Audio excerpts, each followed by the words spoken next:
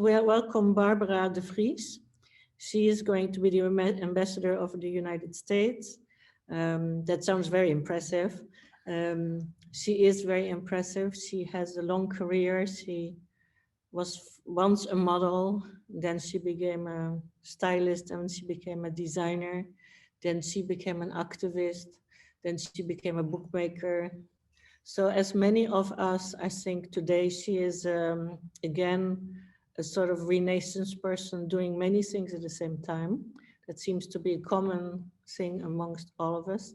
And she already is far ahead thinking how her seminar is going to be. And she's going to now introduce herself. Hi, Bar. Hi, Lee. Thank you so much for having me. I've been up since 4:30, so I'm already tired for today. That's when it started. I started in bed on my phone, and now I'm sitting at my computer. That's good. Anyway, yeah, here from the crazy United States, ambassador in the United States. It's a big deal, sounds like. This is a place where hope and despair are vacillating, and hope will prevail in 2 weeks' time, I hope, of course. I am Dutch, as Lee said. I have lived in the United States for over 35 years, and I've had an even longer career in fashion as a designer and a design director. And I worked with Lee in the 70s as a model, and she was a stylist at the time. So we go a long way back. I nowadays make books. I've been making books for about 10 years, and the book I'm working on right now is not unlike this forum today. It's about the Netherlands. It's a Dutch lifestyle book, but it is very much about Dutch creatives living the way they do. Petra is in the book, and Petra I interviewed for the first time 2 years ago. She was a huge inspiration, as I'm sure everybody saw today. So she's featured in the book, and then I have about 13 other people that are similar in the ways they live their lives. And I hope that this book will be an inspiration in the United States on how to maybe live a little simpler, more conscious, more creative, playful, sustainable. I think it would be a great, hopeful thing to give to the United States. The book comes out next year. I have also been a anti-plastic pollution activist for over about 12, 15 years. This came about because I ended up on the beaches one vacation in the Bahamas and was just horrified at how our excess, our evidence, our scene of the crime of our overconsumption had ended up on the beaches of these communities that are really very poor and don't have any of the things we do. I mean, there was wrapping of things, of luxury objects on their beach that they would never, ever be able to afford. So to me, that was horrifying. I was also fascinated by the shapes that are made by the interaction between nature and human design. So I started taking the plastic and designing with it, and then eventually did a lot of collaborations. I did one with Barney's New York. I did a TED talk. I've been in a few exhibitions. There was a movie about it. So I now use it mainly for education. I'm connected to the Green School in the Bahamas, and where I teach part of the year, and I help them with taking the material and using it at the end of the day to sell back into the tourist trade, which is kind of ironic because then it goes back to where it came from. I've also been working with the Eve Branson Foundation on a women's empowerment program in the Berber Mountains. This has been put on hold because of COVID, understandably, but that's also very exciting. So all this is to say that I've moved on from traditional fashion into the realm of designing and affecting change. I'm obviously very honored to be the ambassador. My objectives for the being here and doing symposia here is very much what everybody else has been talking about. However, I think the United States has one very unique element that has been forgotten for the sake of capitalism and consumerism, and that is those who lived here before us in this country, on this land. I believe there's so much to learn from Native Americans who lived here you know, as we know, we got rid of them, and the whole way of life because it didn't suit. But now I think it is a time where it does suit. They believe that nature is something we live within, that we're a part of. We're not separate, we're not owners, we're not conquerors, we're not users, but we are in fact a part of nature.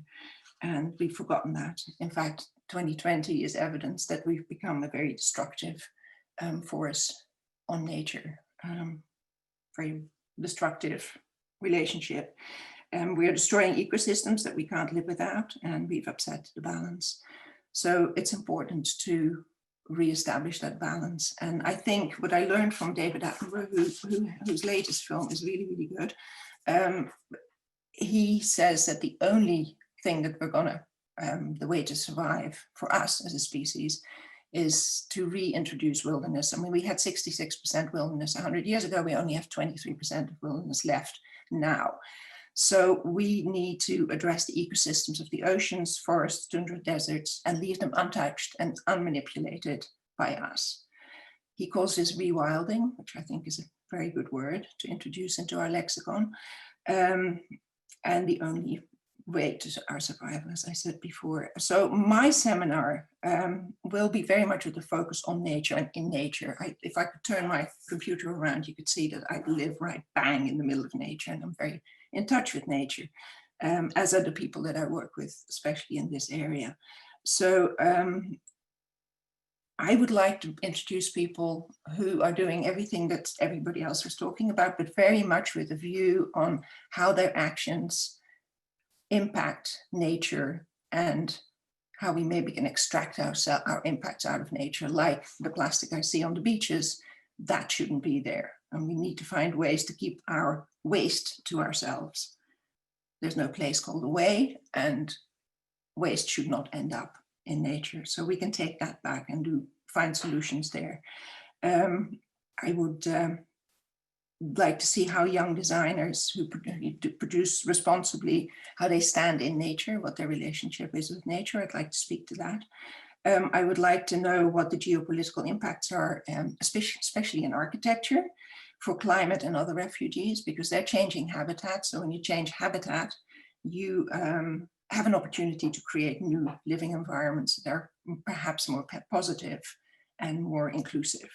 I would like to discuss the art of domesticity, how we live. I think how we live has been taken too much for granted. I think it's where we can start circular systems that then can spiral out into circular economies. How to learn to organize and be activists, and especially to empower, activate, and activate women everywhere. I have 3 daughters, so I'm doing my part in that.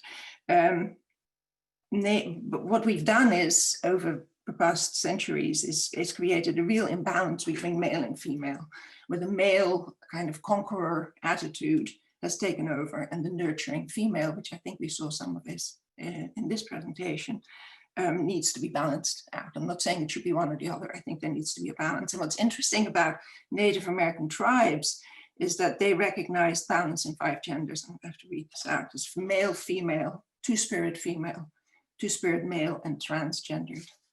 So this is really interesting, because that really would create a perfect balance. And the two-spirit is very much the people we are all talking to and about.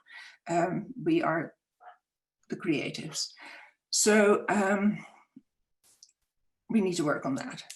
These are all hopes I have for this for the Worldwide Forum and for the symposium I'm going to put together. Hearing everybody here today, we've obviously already generated an enormous amount of energy by setting all these hopeful intentions. I thank you, Lee, Philip, and Petra, for today and for having me here. Thank you, Barbara. I think that we can all do some rewilding also ourselves, don't you think? We have been in such a non-wild regimen for such a long time, so that when you said that word, I thought, oh yeah, I want to rewild myself. You know, it's an amazing word. Thank you. Thank you for your vision. Thank you for being with us and representing such an important part of our world. I'm looking forward super forward to your seminar. We'll speak about it soon, I hope.